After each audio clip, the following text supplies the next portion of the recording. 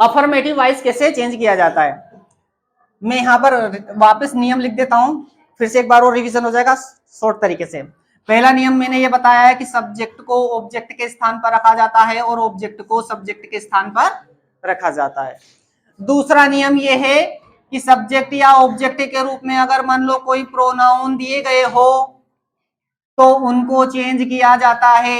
Pronoun के उन कौन से, यदि ही दिया हो तो उसको हिम बना देंगे, सी दिया हो तो उसको हर बना देंगे, आई दिया हो तो उसको मी बना देंगे, इट दिया हो तो उसको इट ही रखना है, यू दिया हो तो उसको यू रखना है, वी दिया हो तो उसको अज रखना है ना, और दे दिया हो तो उसको क्या बनाना है, देम बनाना है। ये दूसरा नियम बता दिया।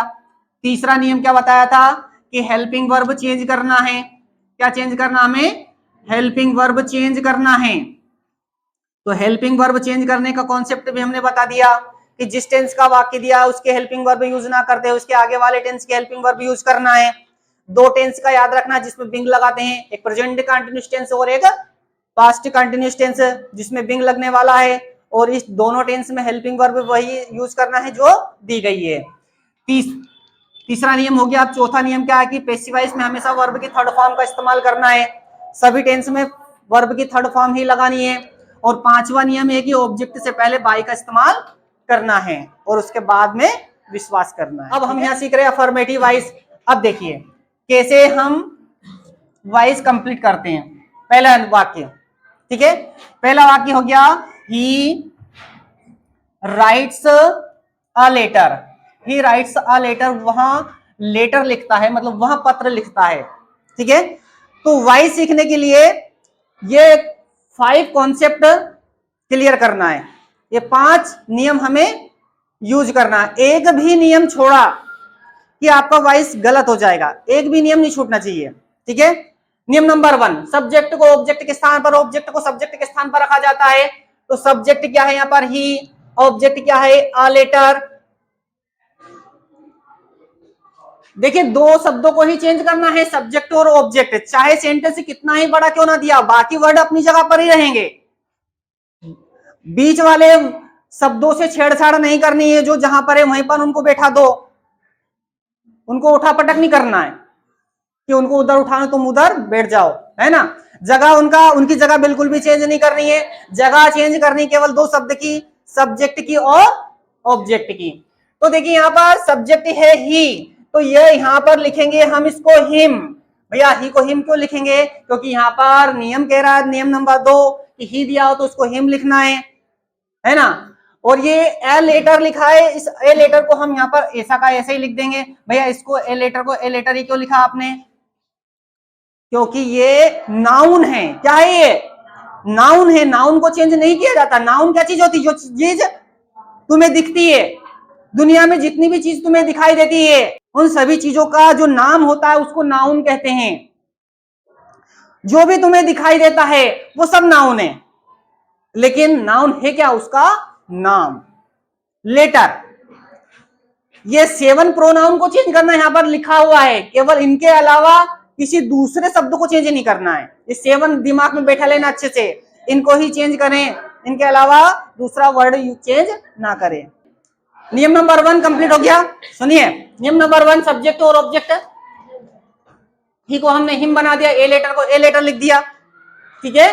ये नियम नंबर 1 हो गया। नियम नंबर 2 भी यूज हो गया। अब नियम नंबर 3, हेल्पिंग वर्ब चेंज करना। क्या चेंज करना है, हेल्पिंग वर्ब। हेल्पिंग वर्ब कहां होती है, सब्जेक्ट के ठीक बाद, लेकिन यहाँ तो सब्जेक्ट के ठीक बाद हेल्पिंग वर्ब ही नहीं है, यहाँ पर तो राइट से लिखा हुआ है। हेल्पिंग वर्ब 2 टेंस में नहीं आती है। एक तो पहला टेंस प्रेजेंट इंडेफिनिट टेंस है, क्या नाम है उसका, प्रेजेंट इंडेफिनिट टेंस है, इसमें हेल्पिंग वर्ब नहीं आती है। और एक 5वां टेंस है पास्ट इंडेफिनिट टेंस है, इसमें भी हेल्पिंग वर्ब नहीं आती है। ये 2 टेंस में हेल्पिंग वर्ब नहीं आती है। हमने चेंजिंग टू नेगेटिव और चेंजिंग टू इंट्रोगेटिव में बताया था आपको कि ये 2 टेंस ऐसे हैं जिसमें हेल्पिंग वर्ब नहीं आती है। तो समझ लेना कि ये वाला वाक्य या तो प्रेजेंट इंडेफिनिट का है या फिर पास्ट इंडेफिनिट टेंस का। टेंस की पहचान करना पड़ेगी, पहचान नहीं करोगे तो हेल्पिंग वर्ब कौन सी यूज करोगे, बिना टेंस की पहचान किए हम हेल्पिंग वर्ब यूज नहीं कर पाएंगे ना। पैसिव वॉइस बनाने के लिए हेल्पिंग वर्ब चेंज करना पड़ेगी ना, क्यों करना पड़ेगी, तीसरा नियम कह रहा है ना ऐसा कि हेल्पिंग वर्ब चेंज कीजिए। अब हेल्पिंग वर्ब चेंज करना है तो टेंस तो पहचानो, हर कोई सी हेल्पिंग वर्ब फिट कैसे कर देंगे हम। वर्ब की फर्स्ट फॉर्म दी हो तो प्रेजेंट इंडेफिनिट टेंस का वाक्य समझ लेना, वर्ब की सेकंड फॉर्म दी हो तो पास्ट इंडेफिनिट टेंस का वाक्य समझ लेना।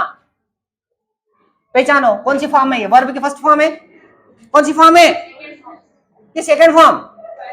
First form right, first form होती है, सेकंड फॉर्म रोट होती है, थर्ड फॉर्म रिटर्न होती है, राइट रोट रिटर्न।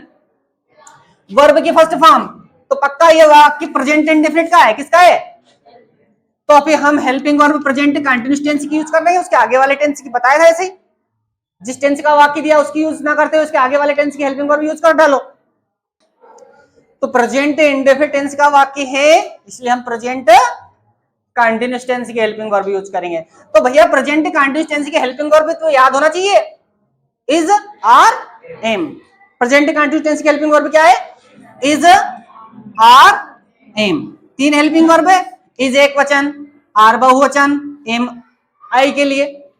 एक वचन बहुवचन सिंगुलर प्लूरल याद होना चाहिए, एक वचन मतलब सिंगुलर नंबर, बहुवचन मतलब प्लूरल नंबर, है ना।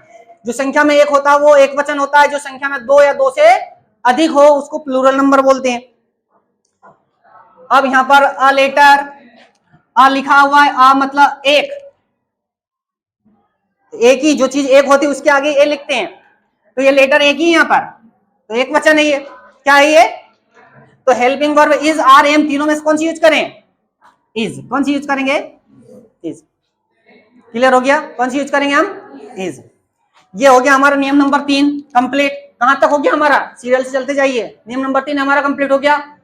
नियम नंबर 4 पे आ जाइए, वर्ब की थर्ड फॉर्म यूज करना है। कौन सी फॉर्म यूज करना है, थर्ड फॉर्म। तो ये वर्ब है, इसकी थर्ड फॉर्म लिख दो, रिटर्न। क्या लिखेंगे, रिटर्न। वर्ब की थर्ड फॉर्म हो गई रिटर्न। पांचवा नियम क्या कह रहा है, बाई का इस्तेमाल करो। कहां इस्तेमाल करना बाई का, ऑब्जेक्ट के ठीक आगे, आखिरी में जो ऑब्जेक्ट आए ना उसके आगे बाई लगा दो, बन गया पैसिव वॉइस। क्या बन गया, passive voice. A letter is written by him. देखिए यहां पर कर्ता वाच्य था, ये हो गया कर्म वाच्य। यहां पर सब्जेक्ट आगे है, काम करने वाला सबसे आगे है। ही राइट्स अ लेटर, वहां एक पत्र लिखता है, अब यहां पर काम करने वाला आखिरी में आ गया। A letter is written by him, एक पत्र जो लिखा गया है, हिम उसके द्वारा, एक पत्र उसके द्वारा लिखा गया है। इसका अर्थ है वहां पत्र लिखता है, और यहां पर अर्थ हो गया एक पत्र उसके द्वारा लिखा गया है। दूसरा वाक्य देखते हैं, दूसरा वाक्य देखते हैं। She is singing, she is singing a song, वह गाना गा रही है। She is singing a song. Subject, object, ये है सब्जेक्ट, ये है ऑब्जेक्ट।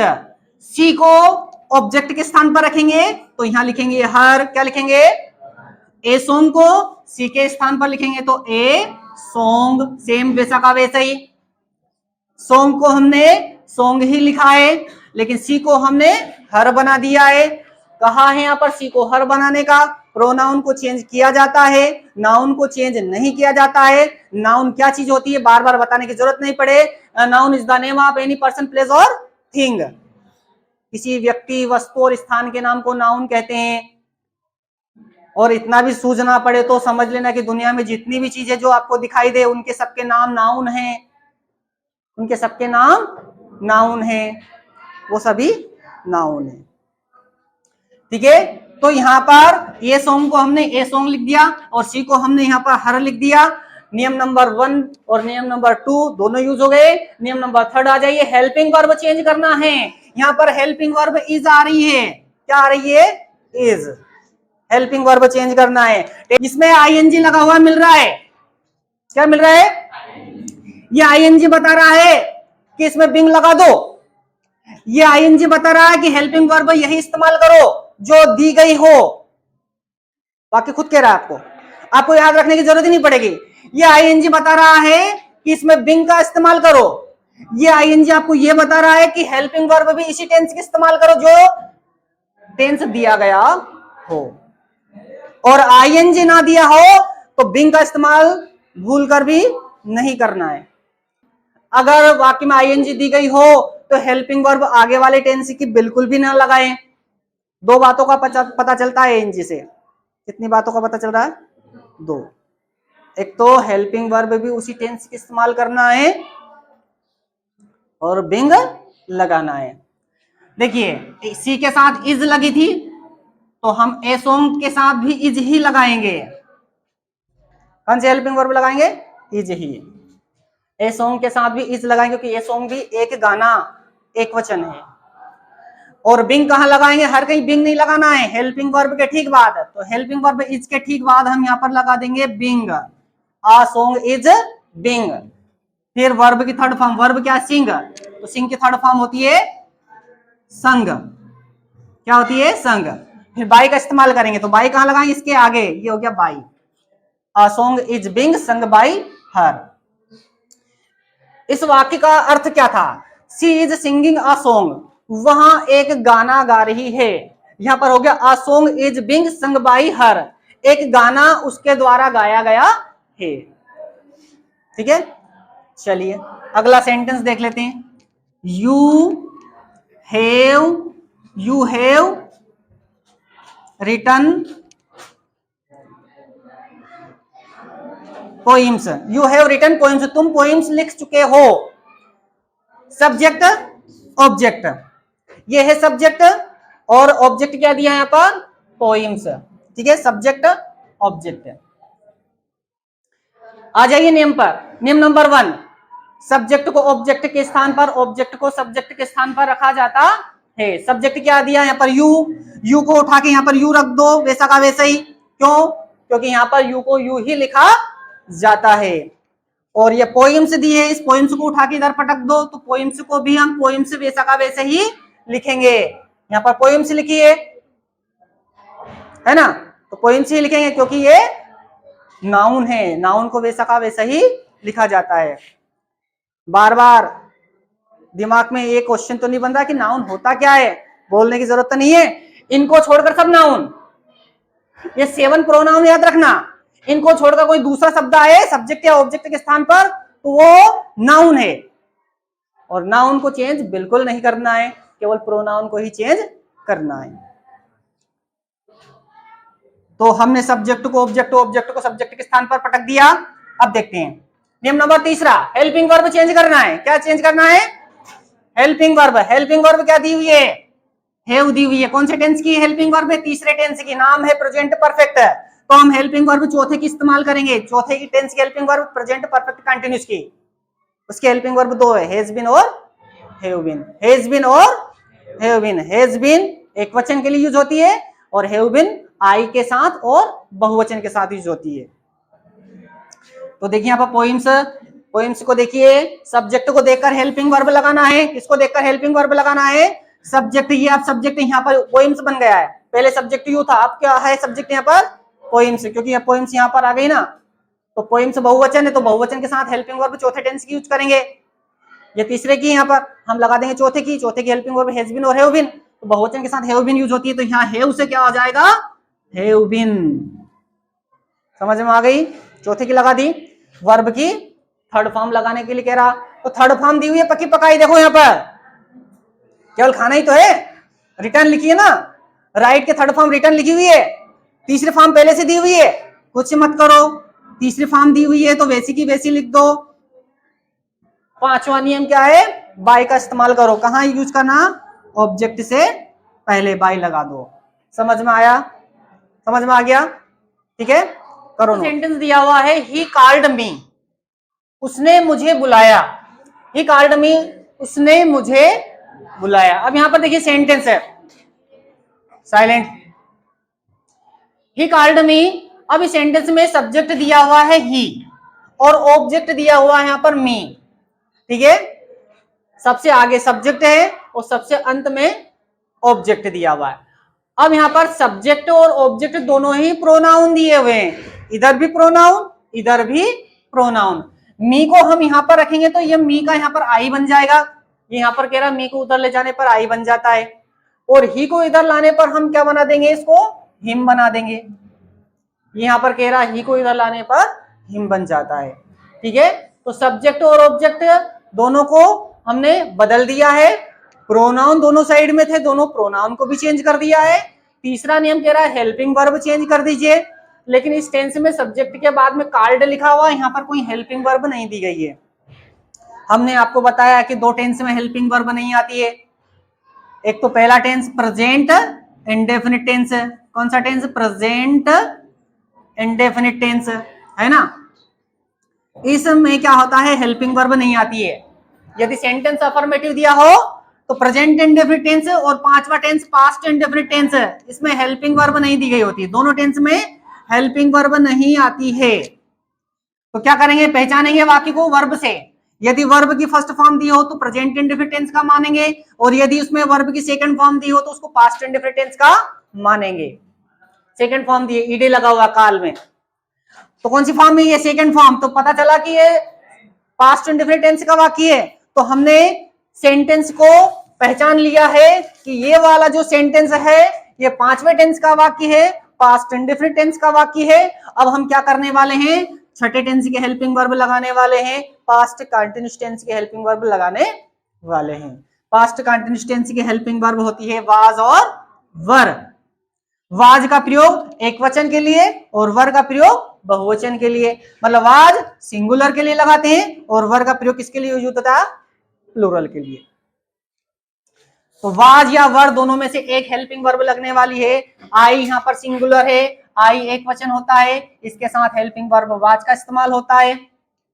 हेल्पिंग वर्ब हमने लगा दी। वर्ब की थर्ड फॉर्म लगाना है, यहाँ पर सेकंड फॉर्म दी हुई है, हम थर्ड फॉर्म लगाएंगे। तो सेकंड फॉर्म और थर्ड फॉर्म दोनों एक जैसी होती है। काल एक फर्स्ट फॉर्म होती है, उसकी सेकंड फॉर्म कार्ड होती है, थर्ड फॉर्म भी कार्ड होती है। ठीक है, तो यहाँ पर ये सेकंड फॉर्म लिखा है, हम इसको थर्ड फॉर्म के रूप में लिखेंगे कार्ड। पांचवा नियम कह रहा है कि ऑब्जेक्ट से पहले बाय का इस्तेमाल करो। ऑब्जेक्ट यहाँ पर हिम लिखा है, इसके आगे हम बाय लगा देंगे, तो हमारा सेंटेंस पैसिव वॉइस में चेंज हो गया है, I was called by him. Next sentence देखिए, पांचवा सेंटेंस लिखा है they were reading the Ramayana. They were reading the Ramayana, वे रामायण पढ़ रहे थे।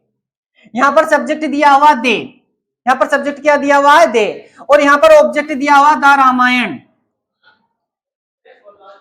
ये दा है ना, ये रामायण के आगे यूज हुआ है, तो ये नाउन के आगे यूज हुआ दा, ये नाउन के साथ ही रहेगा। ठीक है, तो पहला नियम कह रहा है कि सब्जेक्ट को ऑब्जेक्ट के स्थान पर, ऑब्जेक्ट को सब्जेक्ट के स्थान पर रखो। तो हमने दे को यहां पर रखा है, तो यहां पर जैसे दे को यहां पर रखा तो हमने उसको देम बना दिया। क्यों बना दिया देम? क्योंकि यहां पर कह रहा है कि दे को देम बनाइए। और द रामायण क्या है? ये नाउन है, नाउन को चेंज नहीं किया जाता है, नाउन को वैसा का वैसे ही रखा जाता है जो नाउन होते हैं। नाउन यहाँ पर द रामायण लिखा हुआ है, एक धार्मिक पुस्तक का नाम है, हम उसको वैसा का वैसा ही लिख देंगे। ठीक है, हेल्पिंग वर्ब चेंज कीजिए। देखिए यहाँ पर हेल्पिंग वर्ब से पहचानिए कि ये वाक्य कौन से टेंस का है। ये वाक्य छठे टेंस का है, नाम है उसका पास्ट कंटिन्यूअस। पास्ट कंटिन्यूअस का पैसिव वॉइस पास्ट कंटिन्यूअस वही बनता है। और इस टेंस में क्या लगाते हैं? बिंग लगाते हैं। मैंने एक बार पहले आपको बताया था कि आईएनजी लगा हुआ मिले तो आईएनजी से दो बातों का पता चलता है, एक तो बिंग का पता चलता है और एक हेल्पिंग वर्ब का पता चलता है कि हेल्पिंग वर्ब हमें उसी टेंस की लगाना है जिस टेंस का वाक्य दिया गया हो। ठीक है, तो देखिए यहाँ पर आईएनजी लगा हुआ है, हम इसमें बिंग लगाएंगे, हेल्पिंग वर्ब में वही इस्तेमाल करेंगे जो दी गई हो, मतलब जिस टेंस की दी गई हो। यहां पर दे के साथ वर यूज हुई है, लेकिन हम रामायण के साथ वाज यूज करेंगे। क्या यूज करेंगे? वाज। हमने हेल्पिंग वर्ब चेंज की लेकिन टेंस चेंज नहीं किया है, यहां पर टेंस चेंज नहीं हो रहा है, मतलब छठे टेंस का पैसिव वॉइस छठे टेंस में ही बन रहा है, टेंस चेंज नहीं हो रहा है, क्योंकि छठे टेंस की हेल्पिंग वर्ब क्या है? वाज और वर। ये बहुवचन था ना, इसलिए यहाँ पर वर लगी हुई थी। रामायण यहाँ पर एक पुस्तक का नाम है, इसलिए यहाँ पर वाज लगाना पड़ रहा है। वाज वर दोनों एक ही टेंस की हेल्पिंग वर्ब है ना, छठे टेंस की तो हेल्पिंग वर्ब है, टेंस कहां चेंज हुआ? सब्जेक्ट को देखकर हमने हेल्पिंग वर्ब चेंज की है, लेकिन टेंस चेंज नहीं कर रहा है, दोनों ही एक ही टेंस की हेल्पिंग वर्ब है। ठीक है, अब इसमें हम क्या यूज करने वाले हैं, बिंग यूज करने वाले हैं, क्योंकि आईएनजी दिया हुआ है, बिंग यूज करेंगे। बिंग की जगह कहां पर है, हेल्पिंग वर्ब के ठीक बाद ही बिंग यूज होता है, हर कहीं पर बिंग नहीं लगाना है। कहां लगाएंगे, हेल्पिंग वर्ब के ठीक बाद। हेल्पिंग वर्ब कहां दी हुई है, बाद, इसके ठीक बाद बिंग का इस्तेमाल करो। वर्ब की थर्ड फॉर्म लगाने के लिए कह रहा चौथा नियम, वर्ब की थर्ड फॉर्म रीड। रीड की थर्ड फॉर्म क्या होती है, रीड ही होती है।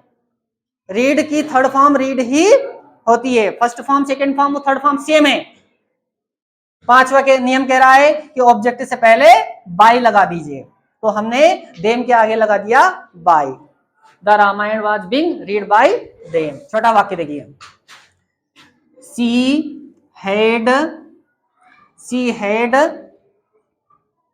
Played football, she had played football, वहां फुटबॉल खेल चुकी थी।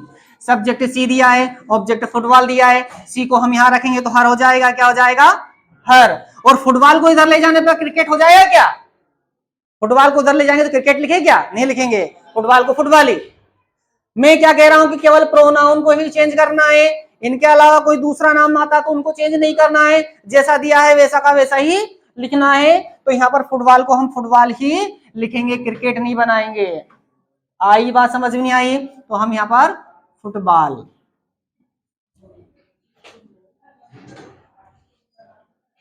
ठीक है, नियम दूसरा हो गया। तीसरा, हेल्पिंग वर्ब चेंज कर दीजिए। हेल्पिंग वर्ब समझ लीजिए कौन से टेंस की, छठे सातवें की, नाम है पास्ट परफेक्ट। सातवें टेंस की helping verb past perfect head है, हम आठवें की इस्तेमाल कर देंगे। सातवें टेंस का वाक्य दिया तो हम कौन सी इस्तेमाल करेंगे, आठवें की, उसके आगे वाले टेंस की। तो आठवें टेंस की हेल्पिंग वर्ब क्या है, एक ही हेल्पिंग वर्ब हेड बीन, सबके साथ हेड बीन लगाओ, चाहे वो एक वचन हो या बहुवचन। एक हेल्पिंग वर्ब होने का यही तो फायदा है, चाहे वो एक वचन हो या बहुवचन, सबके साथ हेड बीन लगा दो। तो हेड से हो जाएगा यहाँ पर हेड बीन। और वर्ब की थर्ड फॉर्म लगाने के लिए कह रहा, तो वर्ब की third form played, second form वो थर्ड फॉर्म एक जैसी होती है, यह थर्ड फॉर्म दी हुई थी, हमें वैसी की वैसी लिख दी, पहले से थर्ड फॉर्म दी हुई थी यहाँ पर, है ना। ऑब्जेक्ट से पहले काय का इस्तेमाल करो, बाय का इस्तेमाल करो, बन गया football had been played by her. ठीक है, देख लीजिए, I shall teach you, I shall teach you, मैं तुम्हें पढ़ाऊंगा, है ना। अब सेंटेंस देखिए, आई यहां पर सब्जेक्ट दिया है, यू यहां पर ऑब्जेक्ट दिया है, दोनों साइड प्रोनाउन है, इधर भी प्रोनाउन इधर भी प्रोनाउन, है ना। सब्जेक्ट भी प्रोनाउन और ऑब्जेक्ट भी प्रोनाउन दिया है। इस प्रोनाउन को उठा के हम यहां पर रख देंगे, यहां पर यू लिखेंगे, आई को इधर लाके हम यहां पर रखेंगे तो मी लिख देंगे। क्यों, क्योंकि यहां पर आई को मी बनाने के लिए कहा था और यू को चेंज नहीं करने के लिए कहा था, यू को यू ही लिखते हैं।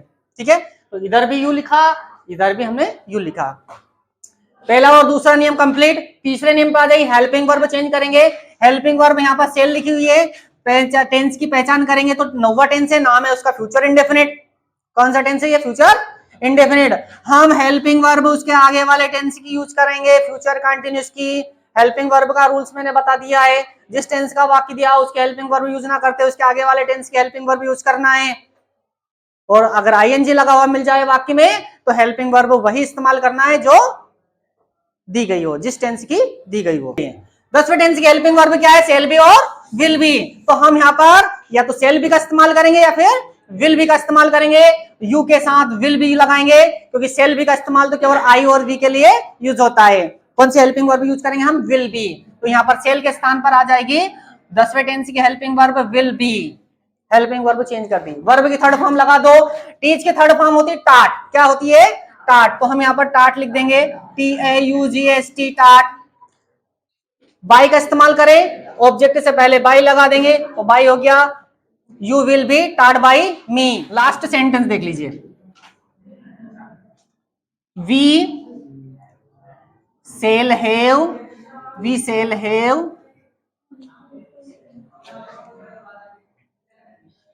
bought fruits, we shall have bought fruits, हम फल खरीद चुकेंगे। सब्जेक्ट दिया है वी, ऑब्जेक्ट दिया है फ्रूट्स।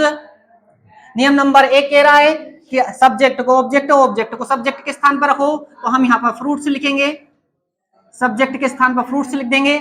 फ्रूट्स को इधर फ्रूट्स लिखा हमने क्योंकि ये नाउन था। यहाँ पर प्रोनाउन दिया वी को यहाँ पर अज बना देंगे। क्या बना देंगे? अज, क्योंकि नियम कह रहा है यहाँ पर वी को अज बनाने का, इसलिए अज बना दिया। नियम नंबर 1 और नियम नंबर 2 कंप्लीट। नियम नंबर 3 पे आ जाइए, हेल्पिंग वर्ब चेंज करना है। हेल्पिंग वर्ब बताइए कौन से टेंस की है? ये हेल्पिंग वर्ब है 11वें टेंस की, नाम है उसका फ्यूचर परफेक्ट। कौन सा टेंस? Future perfect. हम 12वें टेंस की हेल्पिंग वर्ब यूज करेंगे, नाम क्या है उसका? Future perfect continuous. मतलब 11वें टेंस का पैसिव वॉइस 12वें टेंस बन रहा है फ्यूचर परफेक्ट कंटिन्यूअस टेंस में। तो 12वें टेंस की हेल्पिंग वर्ब आपको याद होना चाहिए। 12वें टेंस की हेल्पिंग वर्ब है सेल हैव बीन और विल हैव बीन। क्या है? सेल हैव बीन और will have been. Shall have been का प्रयोग केवल आई और वी के लिए यूज होता है, बाकी दूसरे सब्जेक्ट के लिए विल हैव बीन यूज होती है। यहाँ पर फ्रूट्स लिखा है, फ्रूट्स को देखकर हम हेल्पिंग वर्ब का इस्तेमाल करेंगे। इस सब्जेक्ट को नहीं देखना है, इसको देखना है, क्योंकि यहाँ पर सब्जेक्ट है दूसरा हो गया है। तो फ्रूट्स के लिए हम विल हैव बीन यूज करेंगे, तो सेल हैव के स्थान पर आ जाएगी हेल्पिंग वर्ब यहाँ पर विल हैव बीन। क्या आ जाएगी यहाँ पर? Will have been.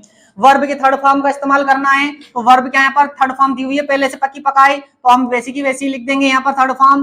बट अब क्या यूज करना है? बाई का इस्तेमाल करना है। ऑब्जेक्ट से पहले हम बाई लगा देंगे, तो आंसर हो गया यहाँ पर fruits will have been bought by us. यहाँ पर हमारा अफर्मेटिव वॉइस कंप्लीट होता है। कल हम नेगेटिव वॉइस पढ़ने वाले हैं, ठीक है।